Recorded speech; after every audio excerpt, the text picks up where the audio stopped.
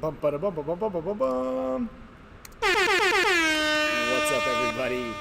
Welcome. We are here. Let's go. Special on location edition of the Spick and Span Show. We're still here. I'm still here, at least. We're still partying. I did Disney today, as any good parent would do, and any good winner, obviously. Alex did Disney yesterday. You know the whole thing when you say, hey, what are you gonna do now that you just won? Of course you go to Disney World. You know what I mean, right? So yeah. Anyway, special on location edition of the Spick and Span Show. Kyle is. We're gonna call him right now. We're gonna get him on the horn, and we've got some special guests. Unfortunately, well, I'm not going to ruin the surprise. But it's going to be exciting.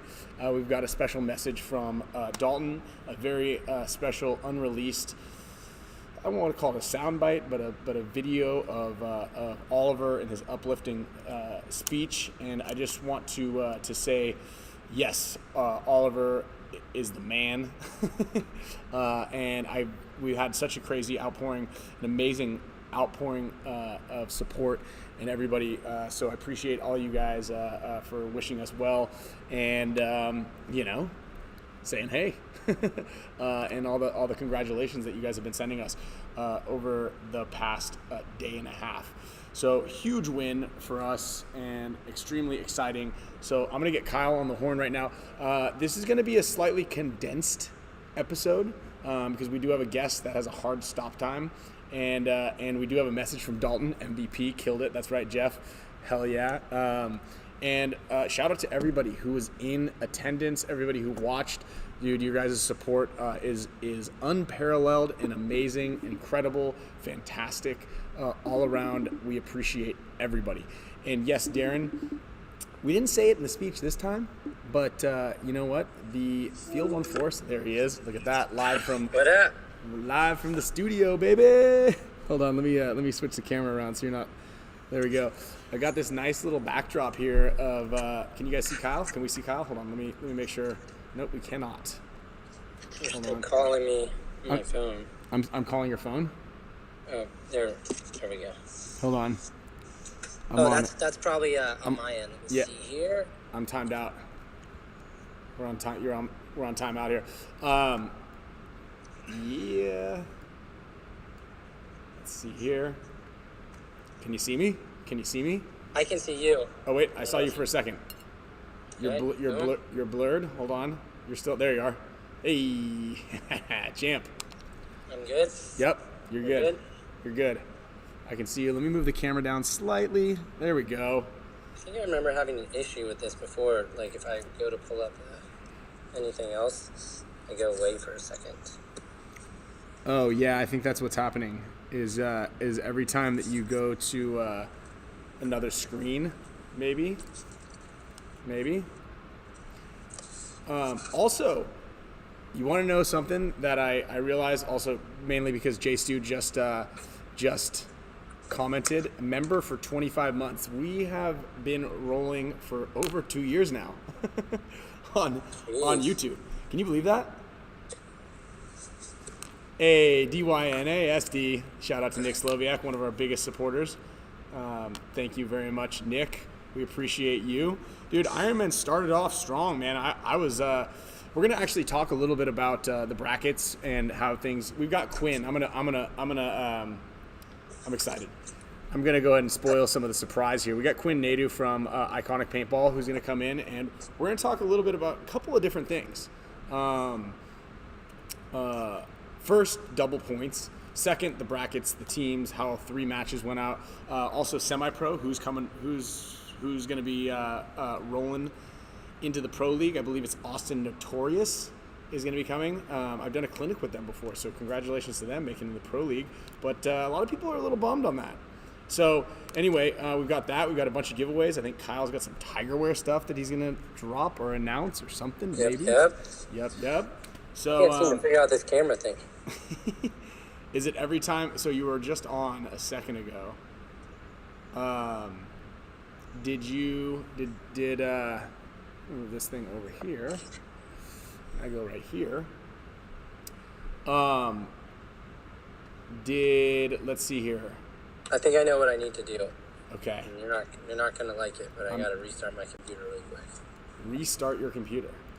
Yeah, this has happened before. Okay. All right. So you call me. I'll call 60 you. seconds. 60 seconds. I'll call you right back. Okay. I'll try to handle the show. So I'll try to carry the show while you're gone. Yeah, you got it. Anyway, yeah, the ghost of the Spick Span Show. Kyle's in Doghouse Studio. I'm in the hotel. I'm actually at the Gaylord Palms. Do you guys know how difficult it is to find good Wi-Fi here in Florida at any hotel? You'd be incredibly surprised. So yesterday I did Universal Studios. We were there all day, and it was a harrowing journey. I went on the Velocicoaster, probably the best roller coaster I've ever been on in my life. Then today we went to Disney's Hollywood Studios. I waited in 2 hours to go onto the Slinky Dog ride, which was a roller coaster for kids. We waited 2 hours. After that, basically called it quits. I paid $50, got all three of us this Lightning Lane app on my phone, and we got to use it twice, and then that's all you get. So I know why. So Universal is dope. It has way cooler rides, way less people because it's not as cool, I guess. I guess more people like Star Wars and they like Fast and the Furious. We'll talk. We'll talk to Kyle about that because he loves Fast and Furious. But yes, 2 hours waiting for that hot dog ride. You guys been on that hot dog ride? The hot dog Slinky Dog ride? Dude, it was brutal. And then as soon as we got out, as soon as we got off of the ride, Sloan goes, "Can we go again?" I go, "Not happening." It was miserable. Dude, that was... I wanted to go on the Star Wars ride. That's basically the only reason I did. Verbal. 2 hours. We waited for 2 hours, dude. And there's like no interaction while you're going there. It's just this big turnstile that's never ending, basically. So that was a pretty brutal day. All the while I was Googling internet cafes because not a single hotel allows you to have upload and download speed to be able to do a live stream, believe it or not. So I make sure no one's around here. Called the Gaylord Palms and said that I was, this big YouTuber, and we got this NXL. We were with the event, and they needed to give us this Wi-Fi thing, and so they had to call their IT department. This took me like 2 hours to get the Wi-Fi going, and they had to like section it off to this special little area. Here we go. We got Kyle back on the horn here. Section it off onto this little area here, and there he is. All right, we're here. Now we're back. I was telling him about the harrowing journey at the theme parks, and then how hard it was to get Wi-Fi here. In Ryan Kinneberg, I had Fast Pass. I paid for the extra Fast Pass. I paid for like the Lightning thing doesn't work for most of the stuff. I guess you have to wake up at 6:30 in the morning and like start getting your time in, reserving rides. I have no idea how it works, but it was a pretty big bust. I had the Fast Pass at Universal yesterday, big bust. But yeah, the Wi-Fi situation here was pretty wild. It was pretty difficult to get something that actually worked in order to do the live stream here. It's okay. So I'm down in between a couple of convention center halls. You'd think that they have Wi-Fi here ripping everywhere, but I think it's a little bit tricky to get it going. So if you guys are going to Disney, Godspeed to you. I don't know if I'm going to be doing that again anytime. What was the ride you said you went on? Dude, it was the hot dog Slinky, like, I don't know, it was some Toy Story Slinky Dog ride. Dude, it wasn't even like, it was a kid's ride. It was a kid's roller coaster. It's made for kids, and we waited for... No, the epic one you went on. Oh, so I went on the Velocicoaster. That's another one. That was great. So I paid an extra $150 to get the Fast Pass at Universal. Of course, It didn't work for the Velocicoaster. We only used it on one ride. And then, so we went on the Velocicoaster. It was probably the best roller coaster I've ever been on in my entire life. And yes, I mean, winning World Cup was much easier than a day at either Disney or Universal.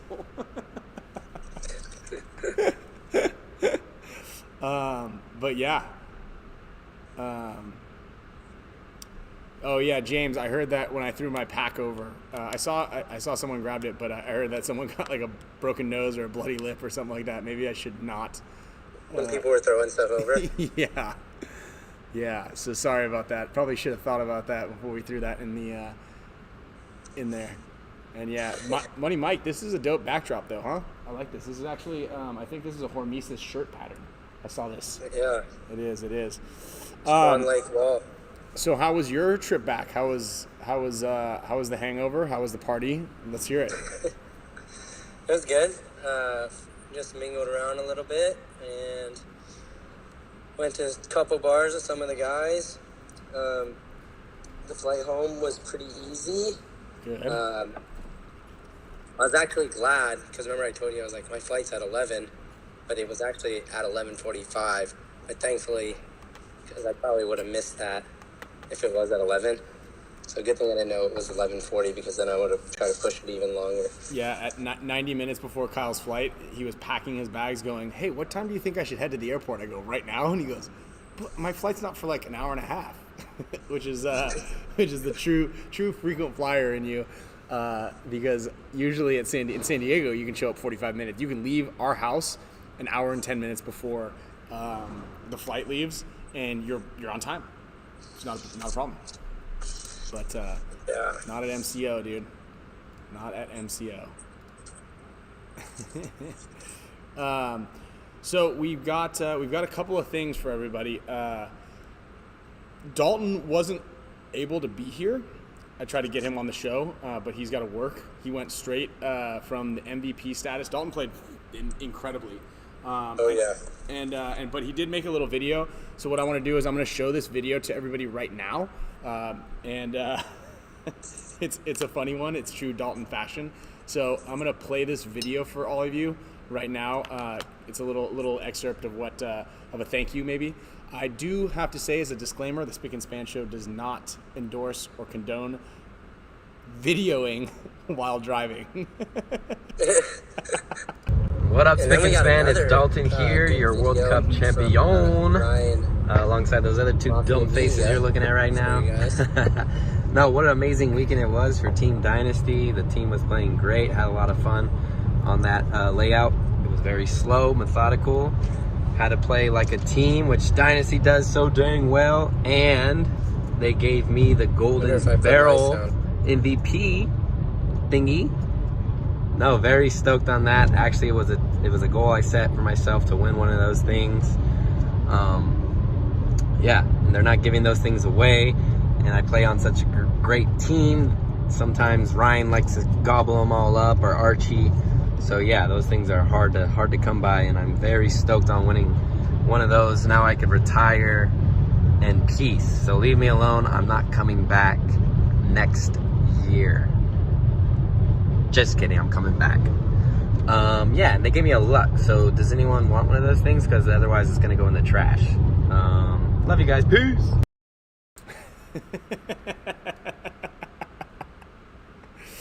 And bravo, Dalton, the head of the Dum-Dums. Oh man, that's great. Dude, Dalton, look, it's funny, we always, Dalton's always in the running for MVP, and it's crazy, and Kyle, you can kind of talk about this a little bit, but how effortless it seems when Dalton's playing. It's so easy for him. Yeah, it's extremely effortless. And it's not fair, you know? And even at practice, he'll be like, yeah, my legs are a little tired. I think I'm good. I'll figure it out, you know? And he's just it's just so easy for him. Yeah, and he's never this needs to happen. He's always remaining calm, cool, and collected. Mm-hmm, mm-hmm. He's not screaming. Great teammate, hilarious. And then just goes out there and crushes it. Yeah, crushes it, dude. They'll be like, hey guys, my legs are a little tired. Can I get a point off, man? You know, you're like, yeah. Okay. Hey, I want to call Quinn right now because I know that he has a bit of a hard stop time. Okay. And he's got some cool things that he wants to talk about. Also, Quinn, I'm going to add him in. Someone asked about this hoodie, by the way. Where can people get this? Ooh, they're not available yet. That is a whoops. That is a special unreleased hoodie. We're calling Quinn right now. That's an unreleased. What did I just do? An unreleased hoodie, and it's got a matching pair of pants on it. Hey, Quinn. How's it going? Hold on. There we go. Hey, Kyle, can you move your camera down slightly? Because there's like the light that's above you is putting like this beam of light directly across your face. The camera down, like I don't know. I don't think it's me. That's weird. you on the typewriter over there, Quinn? Yeah, dude, typing comments in the chat. Yeah, I know, but what kind of keyboard do you have right there? It sounds like it's It's like an actual like mechanical one, so it's pretty loud. I like it. There's something to that, like when you push the buttons and then like when you push the keys and it's like they click. Like it makes me feel like I'm doing hard work too when I'm like talking shit on Facebook. I feel like I'm actually doing something because all the loud noises coming from my keyboard.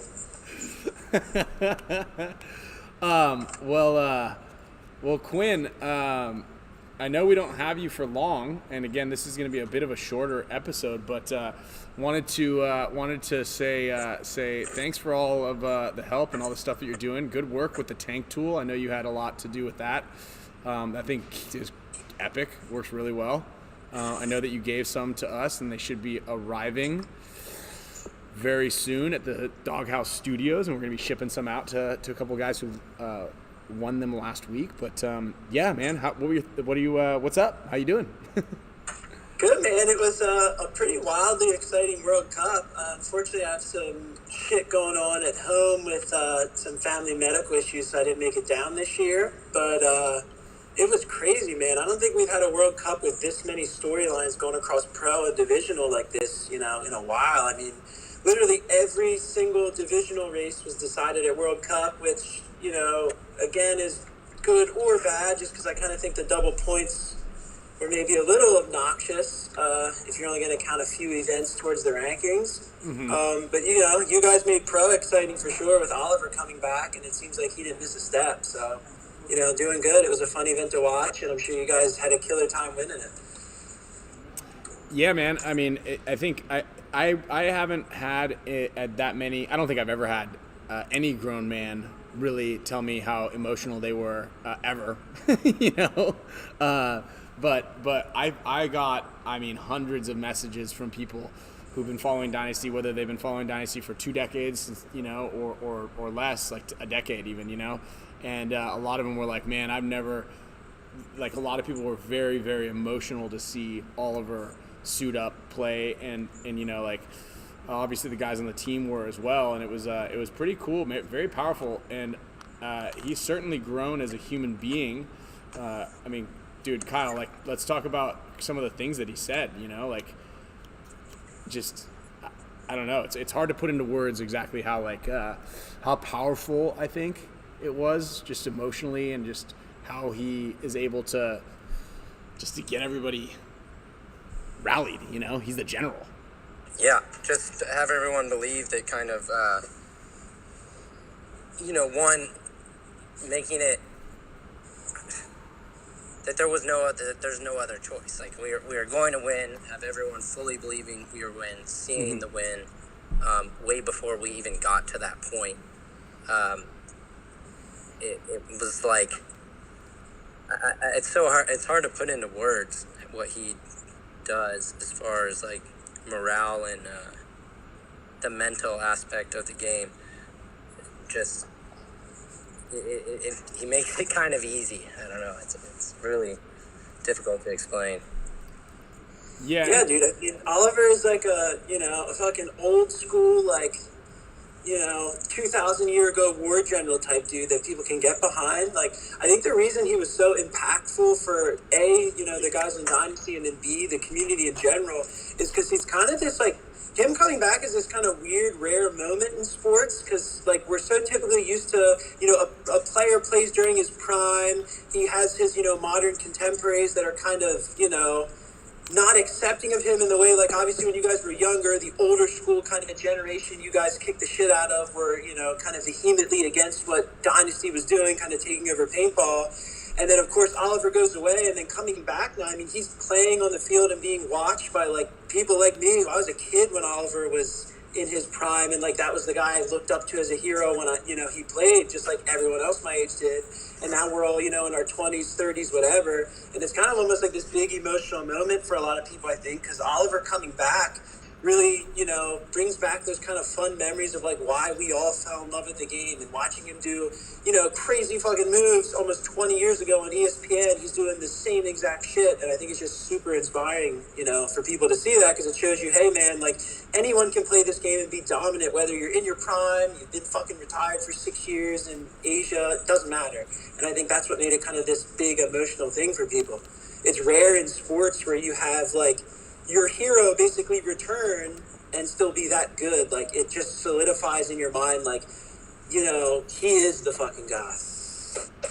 Yeah, and it's actually, I joked about it a couple times, but man, it's funny when you think, Kyle and I mentioned it, I think, last week on both of the shows when we were talking about Oliver's kind of return. It's like, I always think that I'm rusty after taking a couple weeks off, and I come back but it's your ability to understand when and how to go. And Oliver's always been, and I always said it to A-Rod when A-Rod played on the team too. And it's like, when you're playing up in the middle, a lot of times everybody remembers all the good moves that you made and less of the bad moves, right? You are remembered for all the victories, not as much as the losses, right? And if you play it by numbers, you run through the middle of the field enough times, you're gonna strike gold a certain percentage. And I've been using, like, kind of probabilities, and I think about that a lot when I'm playing, and you'll see, and I bring up A-Rod because A-Rod loved to do this. He'll be like, I saw something, and he ran through the middle of the field and he got destroyed, or he ran through the middle and shot 5 guys.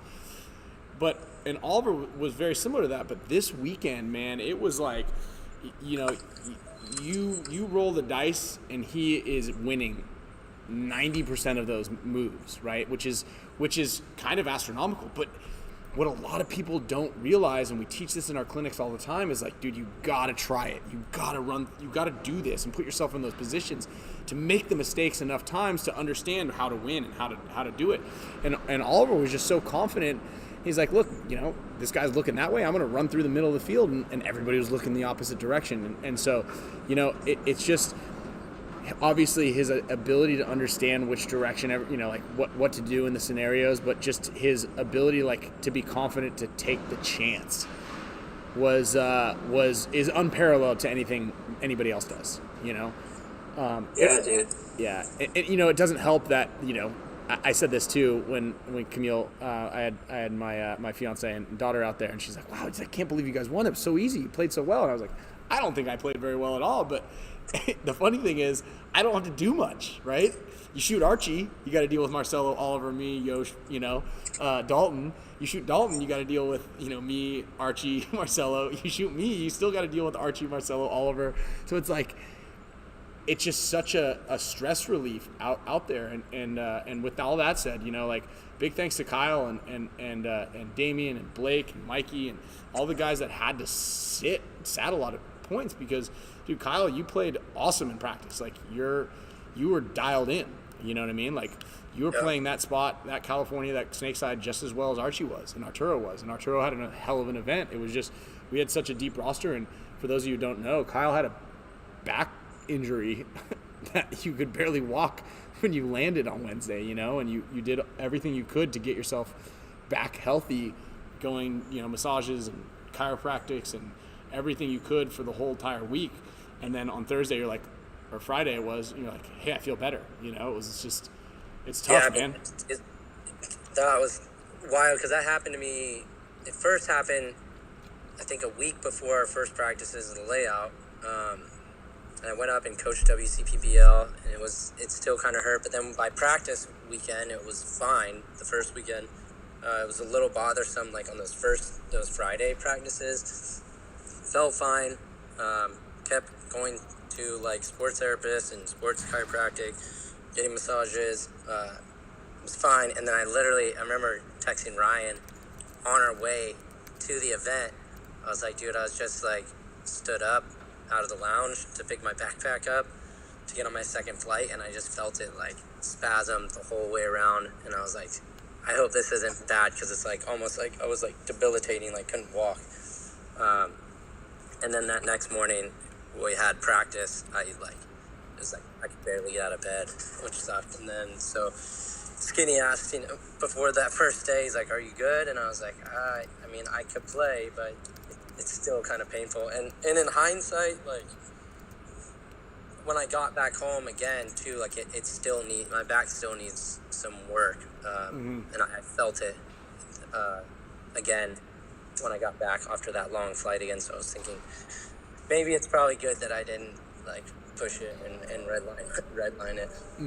Yeah, man. Injuries are tough. I mean, Quinn, you're I know that you just had surgery, and you were like, I'm gonna play anyway.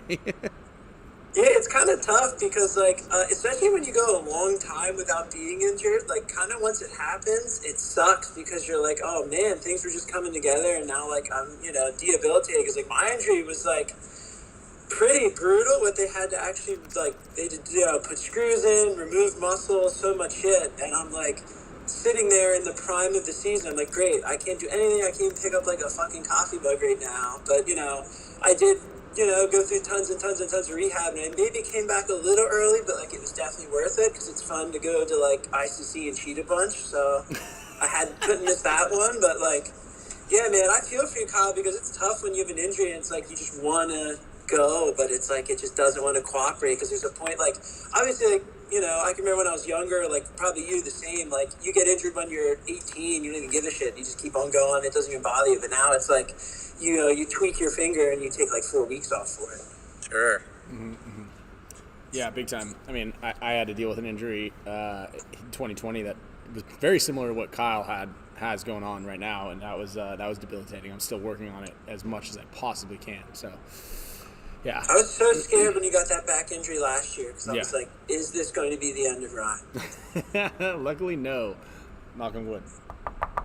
Dude, so before we jump past it, because you were talking about Oliver, I kind of wanted to ask you guys, what was the dynamic like within the team when he came back in terms of like just play time and like expectations for the roster? Because I know like if you literally go to any other pro team, if you bring in a guy like him 2 weeks before the event, like it would cause a fucking implosion, I think, on a roster. And you guys basically just brought him right in stride. He played a bunch of points at the event, and like everyone bought into that. Was that something that just kind of naturally happened, or were there like a lot of conversations around that?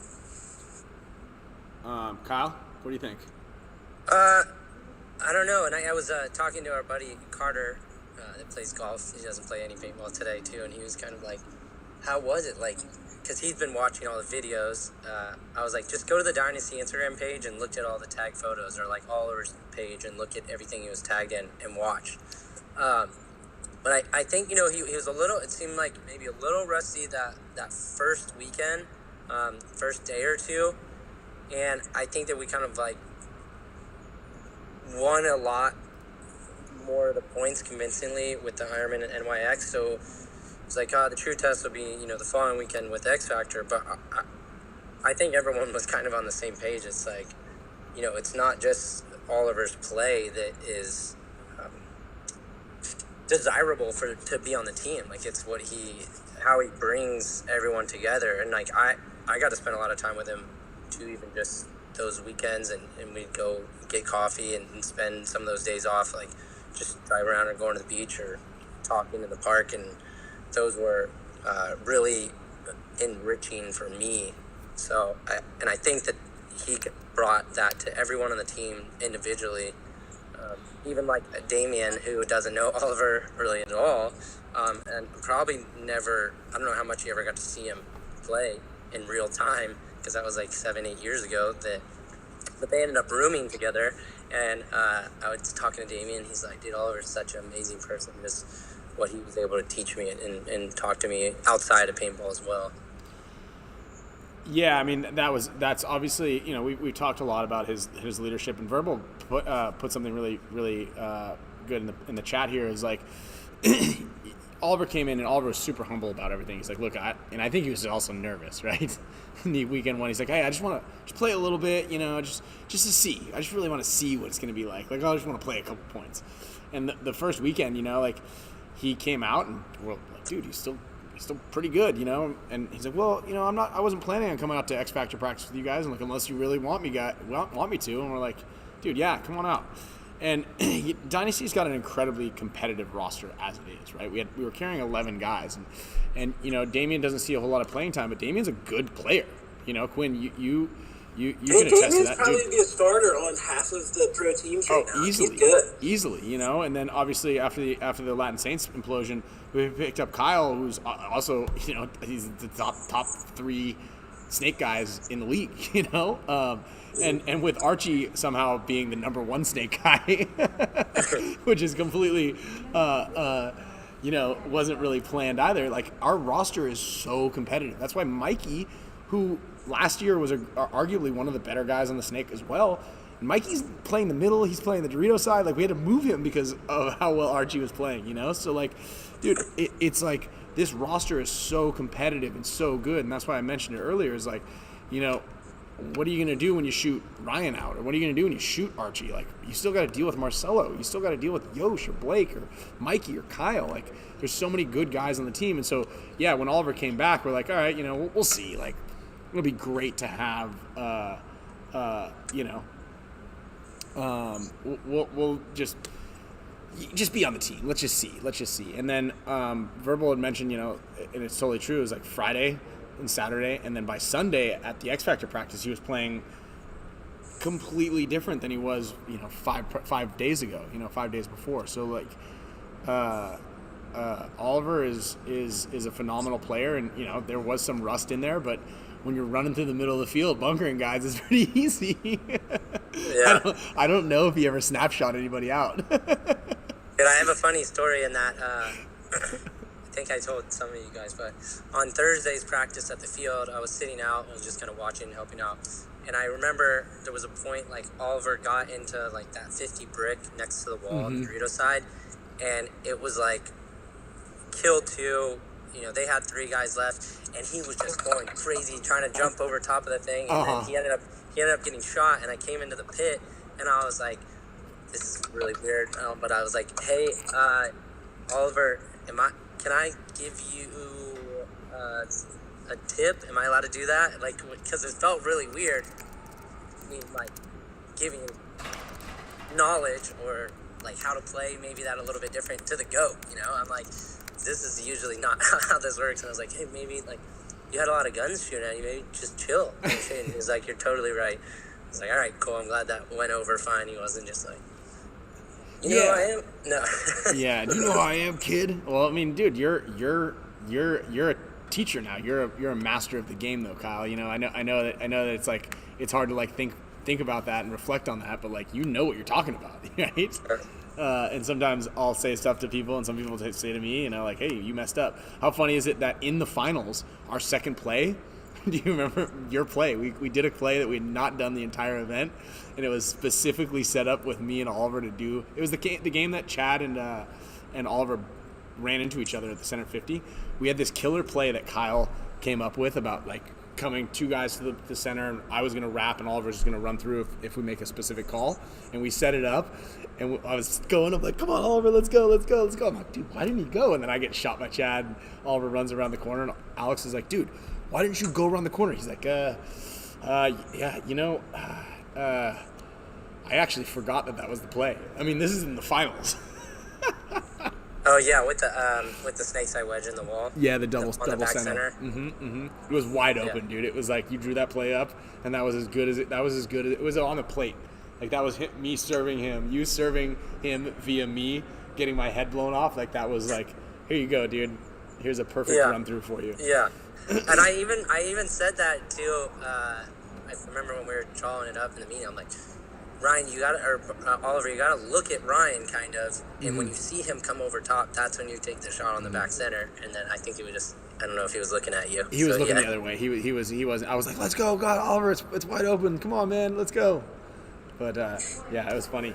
Hey, while we're on the topic of the finals and everything, like I just Dizon posted in here earlier, and Quinn, you can kind of give them a shout out too. But you mentioned Wrecking Crew, all the Team USA kids, Will and Ben and Colton, and Chip, all those kids.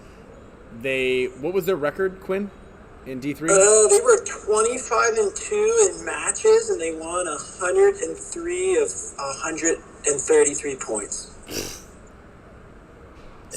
Damn sandbaggers. So just absurd. I mean, they were 25-0 before their final prelim round match at Cup. Like, that's historically. If you're just like, I don't look like Division 4, Division 5 really for this stuff because, I kind of look D3 and up at this. I think historically there's basically been one team that has posted a better match record ever than that. Dynasty? Like, no, I don't think anyone's ever had a season like that. Two match losses a whole year. No, that's crazy. I think you guys had a streak. You went 2 events where you didn't lose one? Or 3 events? 3 events, but, maybe, yeah. I think the only ones that ever came close was 2018 SD Aftermath, that last year semi-pro. They just absolutely monstered everybody the whole season. But yeah, I don't know. It's if we're gonna talk Wrecking Crew, I think it's worth mentioning too. The double points thing. I was not a big fan. Obviously that's something we knew about from the start of the year. The rules kind of changed slightly throughout the year between the divisions. But, I mean, it's kind of absurd in a sense when you look at the double points because, I mean, there's teams that just were not the best team in the season that ended up winning their season titles because they just had, double points. Either won an event or they got second and just the best team happened to have an off event at Cup. Yeah, dude, double points is lame. I mean, it is great if you're not the top team. It benefits everybody except for the best team. Right? Yeah, I mean, the Division 3 race, I won't jump, way into it, but, let's look at it this way. So, Wrecking Crew wins 3 events in a row leading up to World Cup, just stomps everyone, not even close. You have a team that placed higher overall on the year than them, that only played 3 events the entire season. They didn't even play the full season, and they finished higher than them without ever winning an event. And then you have Infamous, who wins the last event of the year. Awesome for them. They grinded through Cup and won it. But, I mean, let's be honest. They got an 18th and an 8th during the season, and we're going to hand them the season title over Wrecking Crew that was just, again, historically had essentially an untouchable record as a divisional team. That's not going to happen again for a long time. And, I mean, just really, not even just Division 3, across all the divisions, it was a little silly. I think semi-pro, you can argue a little bit. Obviously, Blast Camp's 3 wins is super sexy on paper. But, I mean, at the same time, Fit and Notorious had, a couple final visits each. They both had event wins. So, they can make their case at least for that season total. Yeah, I mean, we were stressing it a little bit because we were up 43 points or 46 points on Impact, which is the difference of normally 1st and 5th. Yeah. Or 1st and, somewhere in there, a 4 point difference. But whereas double points means that we needed to take 2nd to Impact's 1st if they were to win the event or something crazy, it was way too close, and now it almost benefited DMG, but it ended up stinging them at the end. And I know you mentioned it, they shouldn't, Latin Saints shouldn't be in there, and they should have done something about that. But Latin Saints did have a decent event. DMG had their best event. It was so close. Yeah, but even in that regard with those two, I mean, I just kind of look at it for the fact of just from the straightest standpoint it is, the team from event 2 to 6 is not the same team from event 1. It's not the same owner, it's not the same roster. Nothing about it is event 1 Latin Saints. Right. So, tagging that on just because, they decided to keep the name to me was a little silly because it's even just looking at it from an organizational standpoint, DMG is a well-established program with very strong ownership, very strong backing. That's a team that, barring relegation, could stay in the pro division pretty much indefinitely. Sure. And now we're getting rid of them to keep a team that got, I think, on the top of my head, I'll pull it up so I don't get it wrong. They got 20th in 60% of the season they played. with their roster. They got dead last, and like the Latin Saints get to go on because they get that first of the event win.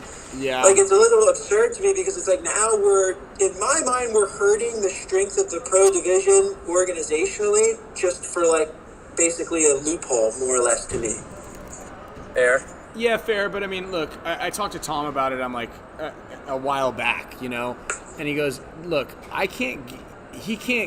the NXL can't guarantee the roster, right? If Dynasty were like, say Ryan Greenspan's the real asshole that everybody says he is, and nobody likes us anymore, and everybody quits because I'm on the team, but I own the team. And I'm very like, you true. know what? Yeah, very true. And I'm like, you know what? Dynasty's having a team anyway, and I just get a bunch of my buddies to go play just because we can. Like, is that unfair that Dynasty's not like competitive anymore? Like, no, it's. I know the Latin Saints were new, and that analogy isn't the best, but like the NXL can't guarantee the rosters is basically what I'm getting at. Like, people are going to be playing and doing their thing, you know, no matter what, and it's just they can't guarantee it. So they're just going to be playing. Yeah, man, I don't know. It was just I was super excited for DMG because after they made that punch, I was like, man, they finally put it together and it's going to happen. And then to just like, you know, it just sucks that they're leaving because I just feel like they were a good roster. I mean, their roster finally started to make some headway too to me. Like, I feel like finally with like Dylan, they got like an actually emerging kind of superstar guy where I'm like, okay, this is a dude that they can build this team around legitimately now. This isn't like last year Dylan Boyum where it was like, hey, he's pretty good. Like, he was like going out there and willing that team to win, kind of in the way like Blake wills, you know, Dynasty to win at times, or Oliver, whoever, you know, you would plug in from your roster. And then like now we're going to watch, you know, the 3 or 4 highly talented guys from that get pulled apart to, you know, other Cal teams probably.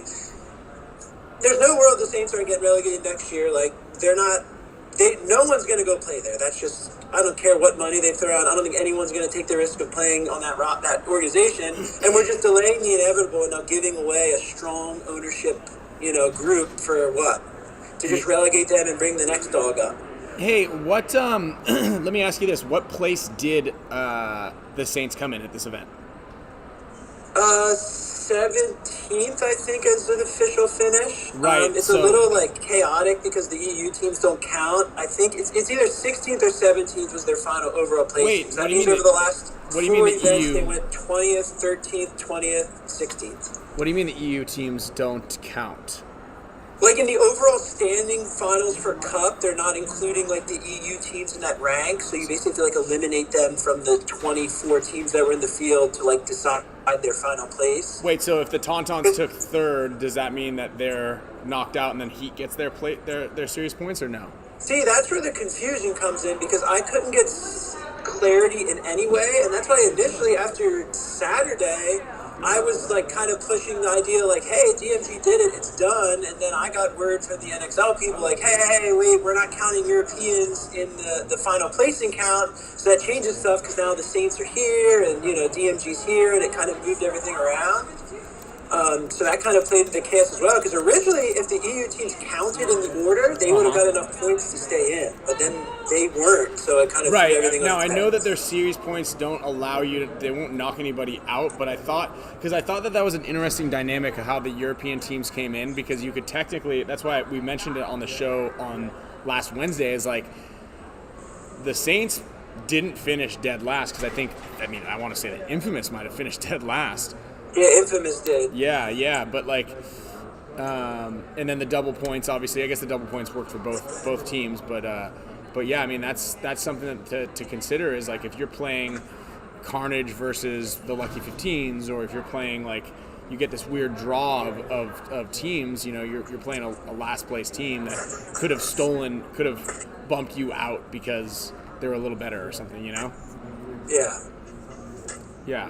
So that was interesting. Hey, you mentioned Aftermath in their run a long time ago, and I wanted to point out that they played a hell of an event, and they might have actually, if they had beaten us, there's a possibility that I think they could have won the event. What do you think about that, Kyle? Maybe you know, I not to knock them at all, when I was kind of talking to Mikey about this in the room, because that's who I was working with, they definitely gave us our best game, I think, in the entire tournament of all the teams. I just feel like in those later rounds, there is something that the teams, like the juggernaut teams, the Heats, the Impacts, the Damages. I feel like in those later rounds, they might have been able to kind of pick apart and will a win. You know, like Heat is a good example. I think we were just, our strategy was so impeccably flawless, and we were adjusting before they could adjust every time, which didn't really allow them to get any sort of pull, like any sort of comeback mounted. But I don't know, like maybe he plays that way against Aftermath and then starts blowing through the middle and making it to the outsides and then comes back like Aftermath or something. So it's kind of tough to say. Again, I'm not taking anything away from Aftermath. They played insane and they gave us our toughest game. It could have easily, by a couple bodies, they could have ended up beating us there. So I guess I don't know if I could quite say that they might have won the tournament, but right. I don't think they would have, just for the fact that I think when you get, kind of like going on what Kyle's point is, I think when you get deep into Sunday, you really have to have like a lot of tools in the belt to kind of win matches. And I think that's why you guys had such a killer year, because Skinny's really reactive. I mean, Eric's really reactive in what he's watching during the game. You guys kind of rapidly change your game plans in a sense, you know, for what the other side's doing. The one thing Aftermath has with their strategy is it's very much like, we're going to out-zone you, out-discipline you, and we're just going to do our jobs and beat you that way. And their kind of problem is like, that's great if you get an early lead and can kind of grind that out. But the second they kind of need to be reactive and kind of have that guy be the Oliver or like the Chad Boucher blowing through the fucking center, like they don't really have a guy that does that. Like Joe Barrett they try to put him in that role sometimes, but they just like, I don't know, they don't have that extra tool in the belt of like, hey, if we're down 2-1, we're going to kick the shit out of Dynasty .4 and like bring it back and win this. Like, right. They just don't have that guy. And I think even if they somehow get through you, I don't see any world that they beat Damage like in a finals match. Yeah, that is true. And that's actually something I talked to them about is they play very cautiously. You know, and I think that's kind of why they don't have a guy that's like, there's no dynamic player on their team that's going to break open a game consistently, like the Oliver or the Blake or, you know, the Chad or the Tyler. Like, they don't have a guy that's going to blow open a game for them. They all try to play mistake-free paintball, which is like, kind of hurts them at sometimes, you know. And I actually mentioned that because we practiced them on Wednesday, and I went up to them because we were just trouncing them on that Wednesday practice, and I was like, hey guys, at the half when we switched, I was like, dude, what are you guys doing? Like, are you worried that you're going to get yelled at by Mike today? Like, why are you putting multiple guys on one side of the field, and when one guy dies out of the corner, you just fill the corner and sit there the whole game, you know? You got to try to, like, attack, be a little bit offensive, because if not, you're just going to let the better teams figure it out before you. And I think that that's something that a lot of people can take away from is, like, especially during practice, man, you need to be able to make the mistakes in order to learn from them. But if you're too worried about making a mistake, so this is also for the coaches out there, like, don't ride your guys too hard in practice, because you gotta allow people to try to make mistakes so they can learn from something. If you're just constantly berating them and yelling at them for making mistakes, then they're never going to make the mistakes, but they're never even going to take a chance to begin with. And I think that that's a huge learning part, and that's something that Aftermath needs to kind of understand is like, I've got to take chances sometimes in order to possibly win. Otherwise, I'm just going to let the better guy figure it out. And once you kind of like the cream goes up to the top, it's like there's going to be more people that are going to figure it out first. That makes sense. Yeah, absolutely, dude. It's hard to do that, though. Like, I mean, that's kind of like one thing our team always gets the knock at is that's kind of the way we play, very similar, like SDA style. It is like when you're so used to that and like it works most of the time, it's scary to suddenly be like, hey, like, let's fight, like what you guys do. It's scary to be like, hey, let's just fucking go out and blow down the center of the field, because it's like we just feel like, oh, our best chance is just hold it out and, you know, it's just going to work. Just trust the process. So I absolutely agree that sometimes you just got to be like, hey, it's okay to spend like the first day of layout practice kind of just running around and seeing like what works, what doesn't, what's there, what's not there. Instead of just saying like, these are the 5 spots we like, let's just make it happen and, you know, be more poised than everyone else. Yeah, exactly. Another interesting thing, story I wanted to bring up, and I didn't even really realize this till I was talking to Mouse earlier today on the phone, and I was like, God, we like really played bad this event, and I was like, I don't know, Damage just had a really good game, but he's like, dude, we lost 3 out of our 4 matches. You know, Ryan and I was thinking back to it, I was like, whoa, they did, which is like, that's not like Impact, you know? No way. Yeah, 3 out of 4. I didn't think about that. Yeah, they did. So, you know, and they're not a pushover. Like, it's not like those guys are, it's not like they're a bad team. They still could easily, you know, win the tournament at any tournament. Dude, I think they lost their identity a little bit. Like, they kind of ran headway with that problem of what do you do with this many good players? Like, you guys really found a way to bounce high-level skill across a big roster. Like, I mean, they arguably have a similar roster skill. I mean, they went in with 11 guys. Any of them 11 will start anywhere in the NXL. And, like, it was weird. Like, I felt Goldman started being used kind of odd. Like, they were putting him in spots he just doesn't choose to play. And I don't think that's to say, like, hey, Alex always has to be the snake guy. But I think, especially a field like this, like when we watch what Archie did, I mean, you send Mouse out to that corner every game, he's going to make it every game, and like he's going to be really fucking hard to dig out of there, and he's going to do a lot of damage from a spot like that. And I just felt like they started getting this thing because, like, you know, obviously Zupa had a great event, and then he started, you know, throwing him in there, Axel in the snake, throwing Mouse on the Drew side, up the center. Like, it became very chaotic, and I think like it just got lost in the sauce is like the easiest way to put it. And like they lost the idea of like, this is what we do, let's do this really well. Yeah, that's true, man.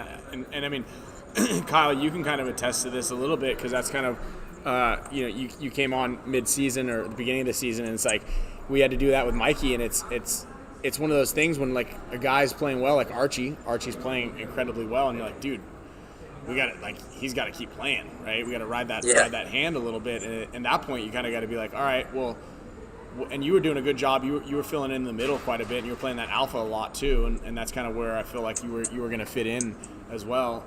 Had you been physically able to play a little bit more, you know?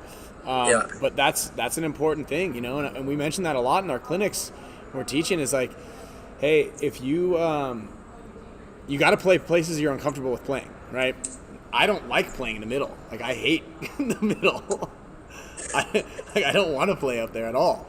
But sometimes I have great events in the middle, and it's just like you got to try it out, right? And you never know. Like, Mikey ended up playing the Dorito side really well in that one event in Philly, yeah.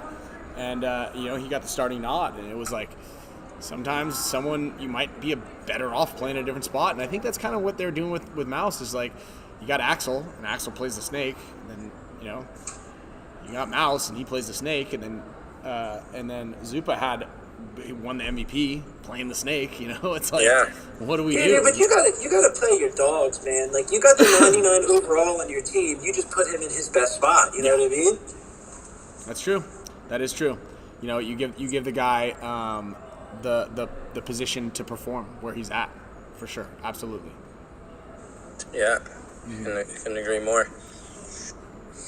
Oh, and I see that comment from Brandon Allison, the young goober. Logan Hansel got his pro debut with Diesel. So, yeah, shout out to Logan Hansel, the little goober. I actually saw him yesterday at Universal, and I was like, dude, I heard you played on Diesel. Are you playing? Are you getting some starts? And he's like, yeah, I actually played a bunch of points against Damage. So congrats to him and all the other rookies that are coming up in the league. Quinn, what else you got? Points, can we talk about the NXL record point that I see Meter in the chat that Meter was a part of? 15 minutes for a scoreless match. I've got that written down in my notes. Yeah. Dude, I was watching it thinking, like, the first thing I thought as it was, like, maybe 2 minutes left, I'm like, Jesus, Dynasty hasn't been back on the field for, like, it's been, like, forever. They got to go out cold now. But, like, that was absurd. I mean, I think it was 2-on-2 for, like, 8 minutes. Just guys playing every angle, every bounce shot, every blind spot. And, like, it's tough because I'm thinking, like Meter's in there, like, Meter, like, were you at the point you're just like, why didn't you just go, like, I'm just going to fucking run through and end this misery? Like, this sucks. Yeah, and that's a strategy, right? Is like, dude, get your 5 guys on the field, right? There's a point in time they played a 15-minute point. You gotta go for it. There's a point in time when I feel like both teams could have done something, but obviously there's a little uncertainty. You never know if there's someone hiding the wall. And like, honestly, dude, the way that World Cup is laid out, where you're starting on your home side and you walk off the bound like backwards, right? You lose bodies quick. You can't find a lot of people, so you could have the count off a little bit. It's really hard to keep track of bodies when people are starting behind the pits instead of walking off sideways. So that's another consideration. So everybody knew where everybody was. Yeah, I mean, you got to think. It's like, do I want to play these guys 5-on-5 or do I want to try to figure it out? Ryan Brands. I mean, I think even damage. I realized that after that first or second point, what they were trying to do, because letting us walk the buzzer in and burn lots of time. Mm-hmm. And they wanted to keep that low-scoring match, which I think would have been a disadvantage to us. Yeah. So that was like, I was like, man, let's just keep hitting that buzzer and run the points up, and get as far away as we can with the lead. Yeah, it's dangerous. Yeah, Archie's like low paint, low air. Once it played out for a few minutes, it's dangerous for anyone to take a risk. And you're right. It's like, but at the same time, and obviously it changes different. If we played the Aftermath match is a great example. Our first point, it was like a 2-on-3 with Archie and I, and it's like, do we let this play out or we get? I was trying to go for kind of like push it a little bit, and I ended up getting dinked. But like, let's get a fresh 5 guys out there. Take a little bit of a risk, but you got to make the decision, I think, before the clock gets to the 5-minute mark. Yeah. You don't want to lose those points, but you got to make the decision, right? And someone's got to do it rather than asking like, hey, what should we do? It's like, it sucks to get shot out and make a mistake, but again, you got to play the odds. I know we got a lot of gamblers out there, but I'm all about the odds. It's like I trust our 5 guys against their 5 guys. Anytime, so all in an even game, like I'll try to get our 5 guys back on the field, either up a point or down a point, and I'm okay with that.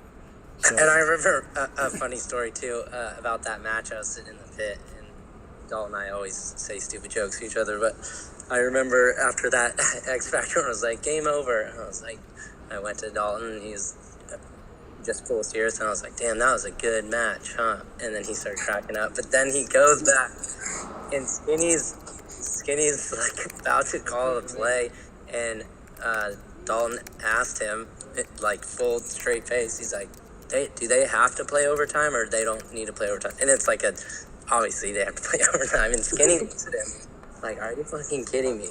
Dalton starts laughing, and I start laughing. Yeah.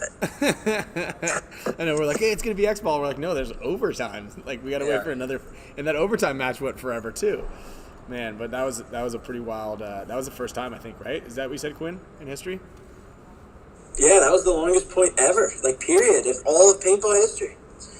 That was as long as a 15-man paintball match from 1987. So, like, that was pretty brutal. Can you repeat that stat, please, one more time? Can you just... That was the same length as the single game of an old school 80s 15-man event. 15-man in the 80s. Dude, I don't know how he did it. Like, I feel like I would have looked up at the clock at like 4 minutes, just said like, fuck this shit, just went. Just didn't care. Just go be the carcass and just be like, at least it's over. That's what I'm saying. Yeah, it seems like...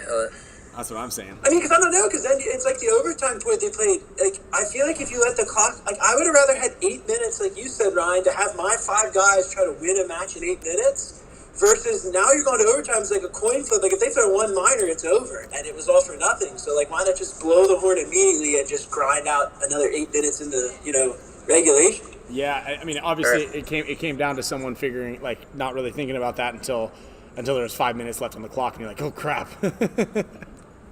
Yeah. Yeah.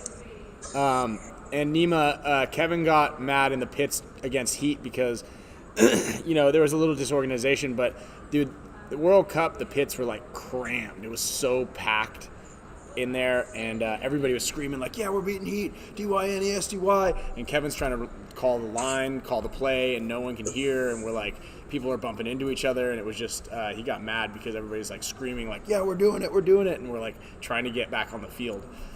So a little cluttered in the pit is why Kevin. I think that's something they need to address going into next season in the pro pits, is like, as someone who takes up a lot of space in the pro pits that doesn't need to be there at all, like being myself, they need to like regulate it more, because sometimes these matches are like absurd. Like there'll be like 6 other teams like trying to edge their way slowly underneath the pit so they can watch. There's like 7 fucking coaches blocking the entry to the field. Like, it's absurd. Especially during these bigger games, like all these random people are just packed in there. Or especially when it starts raining. And everyone's like, oh, I got to get out of the rain, so I'm just going to go right into the pit. Vic almost had to fight one of the Revo pit guys because they were stealing our cooler. And Vic's like, hey, that's my cooler. And he's like, no, it's not. And Vic's like, this is my cooler. It's our water's our cooler. Like, it's 100% ours. And he's like, we were in the pit. And he goes, dude, I'm setting up right here. You just grabbed my thing. And he's like, we were just in this pit. He was like shouting at Vic, and Vic's like, dude, get the fuck out of here. Yeah, dude, and Ronnie, you're right. Like that rain, how about that rainstorm? I was like, please don't play, please don't play, please don't play. I was putting a clear lens and a visor. I go, please let's not play. Do not let it make us play in this rain. Yeah, just dumped on torrential downpour for 4 minutes and stopped. Crazy. Thank you. We didn't have to play. Dude, so I see Carl in here. Who had a better one-handed end-of-point execution, Carl or Alex? Both of them had moments where they walked from the other team's box into the snake and just executed someone laying in the snake.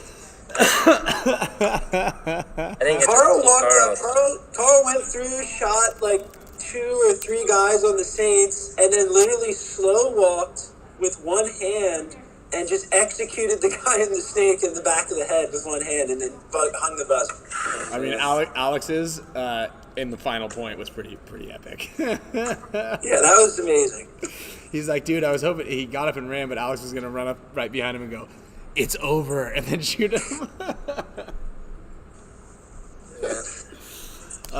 Well, hey, since Carl's in here, you want to talk a little bit about the what's the give us a little rundown on the tank tool, real quick.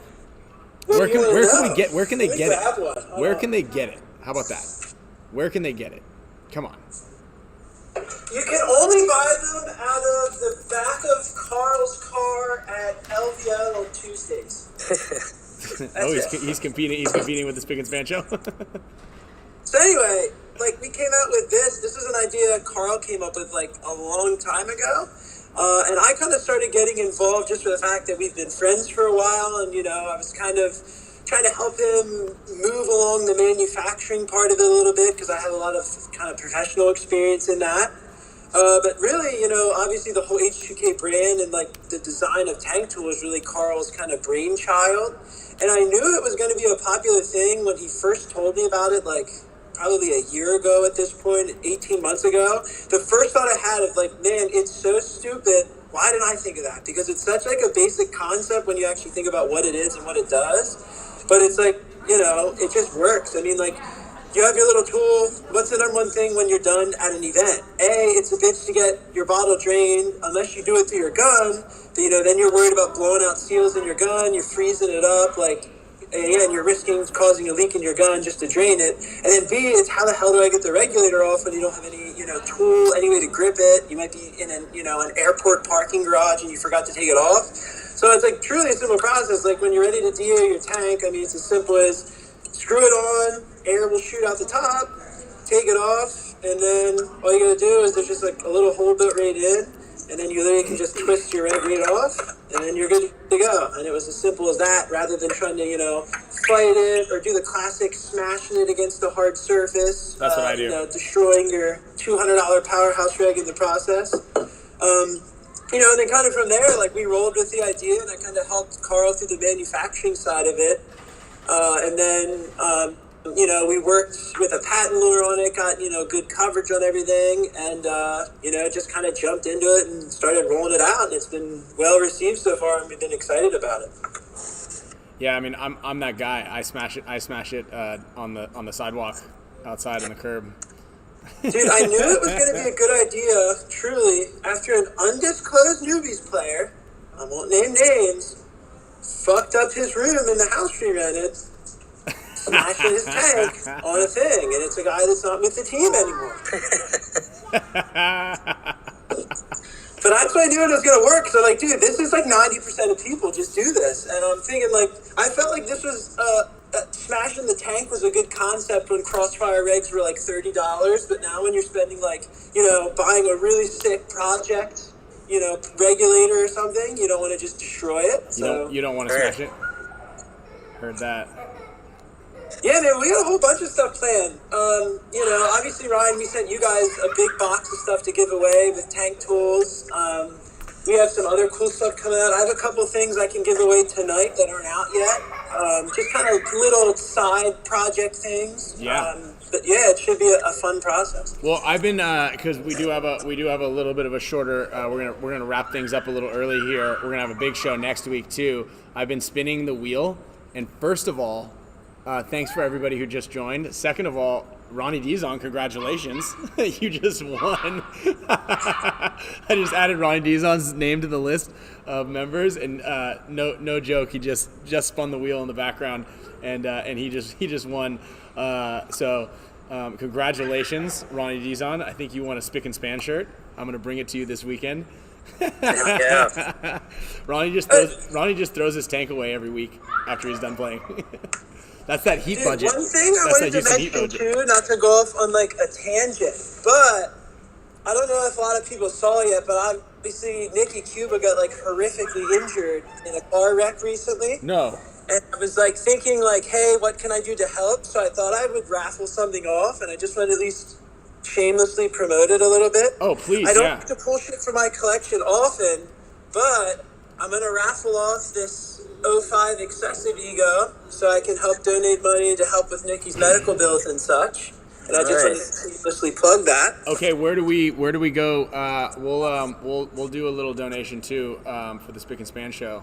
But dude, I'll have it all over my social media here in a day or two just to try to help support it. I got some other excessive memorabilia from my collection I'm going to throw in the pile just to try to put together something really cool and just, try to help support a little bit. Oh, wow. So I got Nikki, who gave a ton to the game.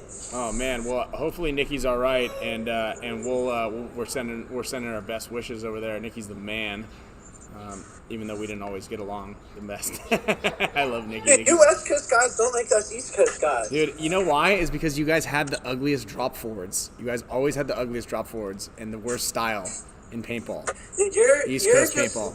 You're just wrong about that. That's all I'm going to say.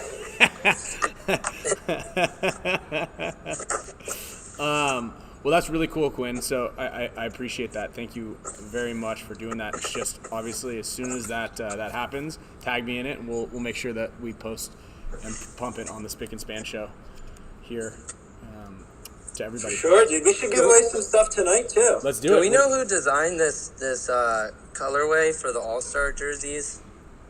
I think they were trying to. Let's see it. It's yeah. Just, it's a little. It's colorful. It's tropical. Kind of funny. Damn! How many people did you get to sign that? That is sick. Yeah. Well, so we all passed our jerseys down through the line. So a lot of us got every All-Star to sign our own personal jerseys that we got. That is so sick. Yeah, those jerseys are pretty cool. It's they look like the new Padres logos, honestly. Oh yeah, a Miami Vice theme. Dude, what do you mean juicy news next week? Well, I don't know.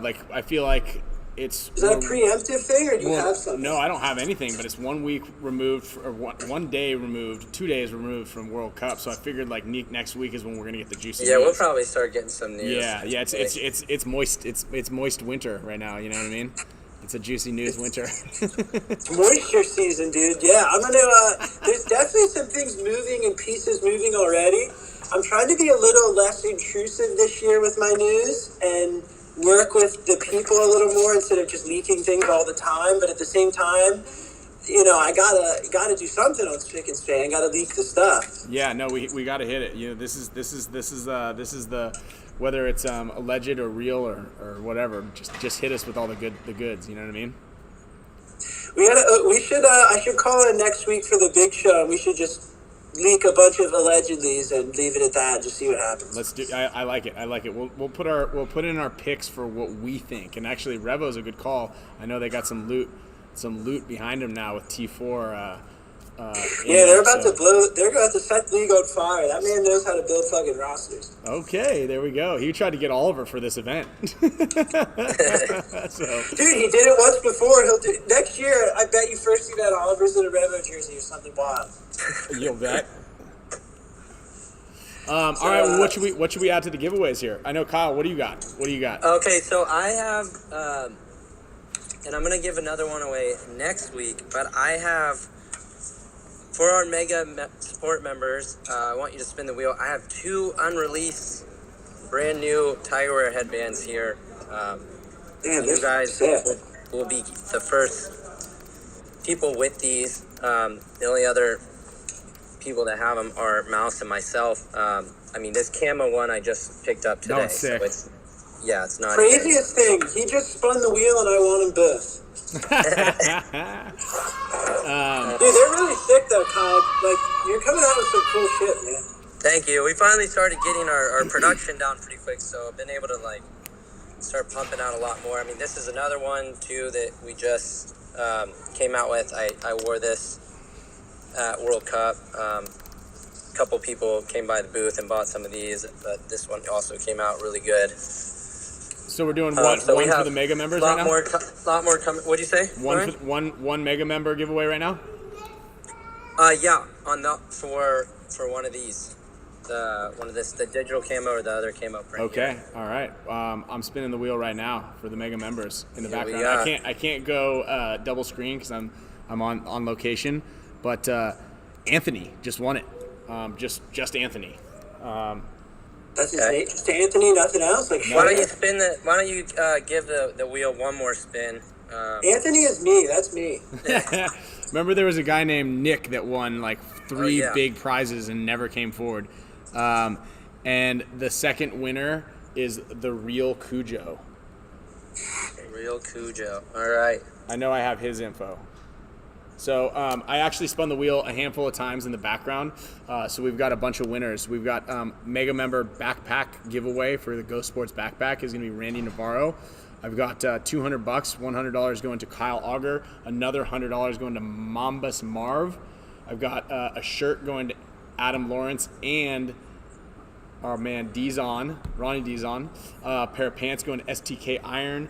And then some Gen X gifts, courtesy of Gen X, obviously, to Philip Taylor and Mr. Bem Raps.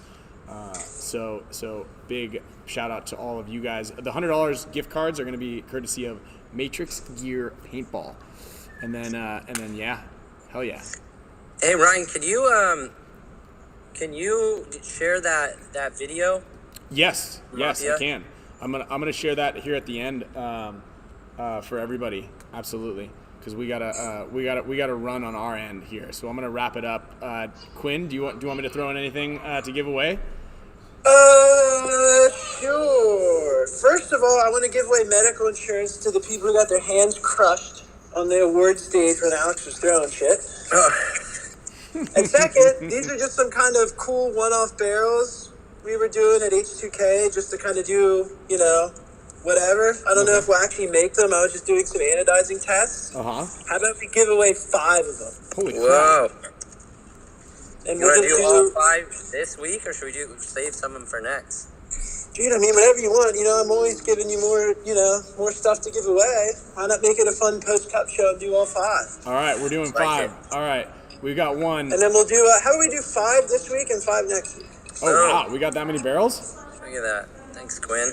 Okay, hell yeah, Quinn. That's 10, right? All right, 4, that's 6, 10. 8, 10. That is 10. That is 10. Okay, the first winner is Phil Navarro. The next winner is going to be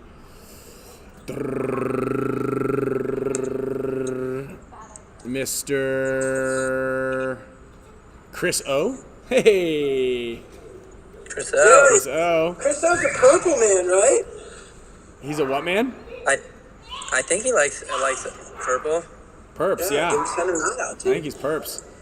We've got another one going to, we're going first names here, J-A-Y. And then we've got one for Crankin' Invasives Paintball. That's 1, 2, 3, 4. One more going to, can you hear the kid ripping in the background? Hey, so shout out to everybody who is on the East Coast or even in Europe who is watching this. I understand how awesome you guys are, realizing you got to watch football until midnight, basically, and the Spick and Span show is at we're coming up at 8:15 p.m. over here, and this kid's been ripping all day. So on it 03. So Quinn, I'm gonna send you everybody's addresses. Yeah, dude, I can send them out tomorrow if you get them to me tonight. All right, I can do that. There's an air horn. So, hey, big thanks, Quinn. I do want to have you back on the show. I actually want to get you on the show again when Maddie's on the show because I love what you guys always talk about. I like that. Yeah, dude, we have award season is coming soon, and so me and Maddie are about to start vigorously debating a lot over the next 2 months. That's absolutely. Do you have any? Do you agree with the MVP going to Dalton Vanderbilt? Yeah, dude. He was. I think I had my post out before they announced it. That was my pick at Iconic. Yeah. For sure. I mean, he's just like a fucking machine, man. I didn't see who they gave the WNXL one to, but I thought it should have been Alexis Laser because she had 2 fucking monster 1v1 wins on a finals field, which is just absurd. That's right. But yeah, I pretty much agreed with the picks they had. I thought they were good. Yeah, absolutely. We actually hoisted Dalton up before we even heard, just to make sure that we made sure that they know who we thought it was going to be. No, I think Ryan should have won it for the record. I don't think so. Not even close. Well, here I'm gonna leave everybody with a little parting words from Oliver. This was filmed by Ryan Moffitt. Now, in Verbal, you mentioned this. Kieran had a great speech, to be completely honest with you, in the prelims. But I'm gonna leave everybody. You might want to turn your volume up a little bit on this one. That's kind of quiet. But this is before the final started, and it just kind of shows a lot of the power. You know what I mean? And then also too, after we're done with this show, go over to Verbal's YouTube account and watch the 20-minute video he has on Oliver when we're out at X Factor Paintball Park. It's pretty cool. Oh, cool! Yeah, absolutely. I didn't even know you had that. I'm gonna watch that too. Yeah, I didn't really either. I just saw one of his reels the other day, and then it was like there's a whole video online, so I went over, I watched it last night. It's really, really cool to watch. So I don't know how many people knew that there was a big long video there. So I would go check it out. Return to the King Part 2 coming soon. So check out Verbal's stuff online as well. So here's Oliver's little speech. Shit! Right now is when we fucking turn on. Right now is where you light the fuck up. Right now is where we light each other up. Okay? We fucking keep it high. We keep it really fucking high. So fucking high, nobody can touch us. Our fucking shots are crispy. They're right on fucking target. Our communication is spotless. Our fucking paint hits them and breaks every fucking move they take. It's a fucking pleasure to be on the team, March. And I want to win a World Cup with you. So give it to me, please. The most powerful thing is right here, each other. Okay? It ain't about me. It ain't about Ryan. It ain't about fucking anything else except all these hands in here, which is called Dynasty. We are fucking paintball. Motherfuckers believe that. Know that shit. We're making fucking history. Okay? So give it to me. Do it for me, motherfuckers! Please! Do it for me! I never ask you for fucking shit! Do it for me. Please. Please. One, two, three. Team! All right. Yeah, like I said, you have to turn the audio up a little bit, but you know, that was a pretty powerful moment, and we did talk about that, about how his ability to get everybody, you know, behind him and everything is pretty unparalleled, I would say. Insane, yeah. It's insane, and so the emotions there are huge. So. Yeah, and I mean, I think we were sitting in that huddle before Oliver. That was only like a minute 20, but I think we were sitting down there for like almost 10 minutes, really quiet at first, sitting there just kind of gathering our thoughts. And then Oliver started getting into that. I think like half the team was like emotional right there, but like a joy emotion that I swear it was weird. It's like we all at that point knew like there was no other choice but to win. Yeah. So, pretty awesome stuff. Check out Verbal's channel on YouTube. He's gonna have another video coming out soon. I've got to run because young Sloan has got the backpack with all of the computer stuff. She's dragging it around the floor here in the convention center. So Ronnie said he's gonna listen to that speech before he plays us next time. And Ronnie, I'll see you and everybody else who's gonna be at Capital Edge Big Game this weekend. Thank you guys all a ton for your support. Yeah. See you next week. World Gonna Cup, be even bigger come show. Come here. Come on in. There she is. Look at this. Mickey Mouse right here. Yeah. Okay, I gotta run. Thank you guys all a ton for the support. See you next week. All right. Later, everyone. Epic show. We got a ton of great analysis, huge show, and all the news and all the stuff that's going on. Possibly, allegedly. We are ripping right now. We got some sick giveaways.